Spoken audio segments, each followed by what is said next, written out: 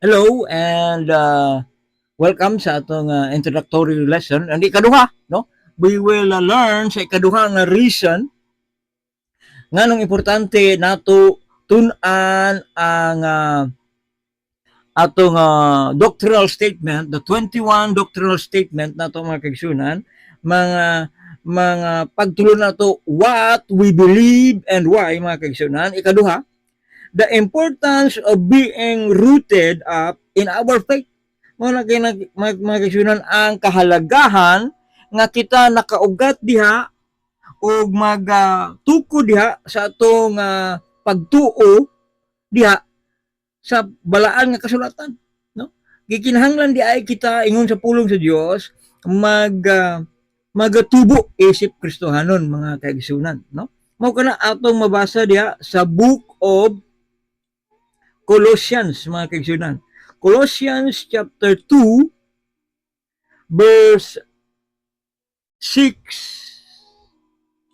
Mao kana atong mabasa mga kaigsunan. 6 to 7. Colossians chapter 2 verse 6 to 7 mga kaigsunan. And I'm reading in the King James Version. Yan siya, as ye have therefore received Jesus Christ as Lord, so walk in Him. Verse 7, rooted and built up in Him, and established in faith, as ye have been taught, abounding therein with thanksgiving.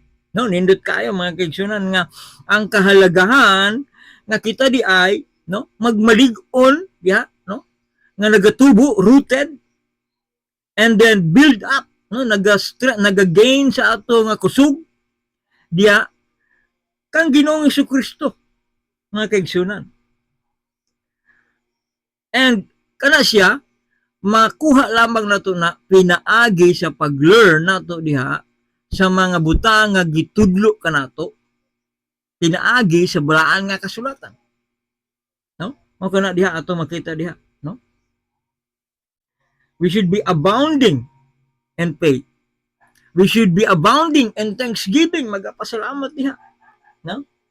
And not only in memorizing, but in also in growing in faith, walking in love with thanksgiving in the Lord.